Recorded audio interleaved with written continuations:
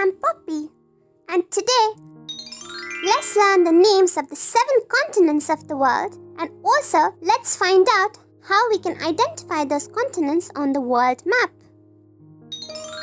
There are in total 7 continents on our planet, and they are Asia,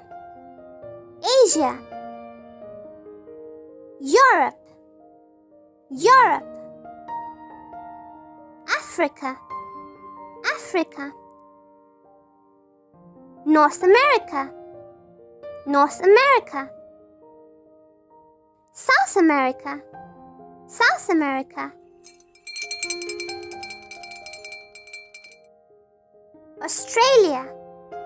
Australia,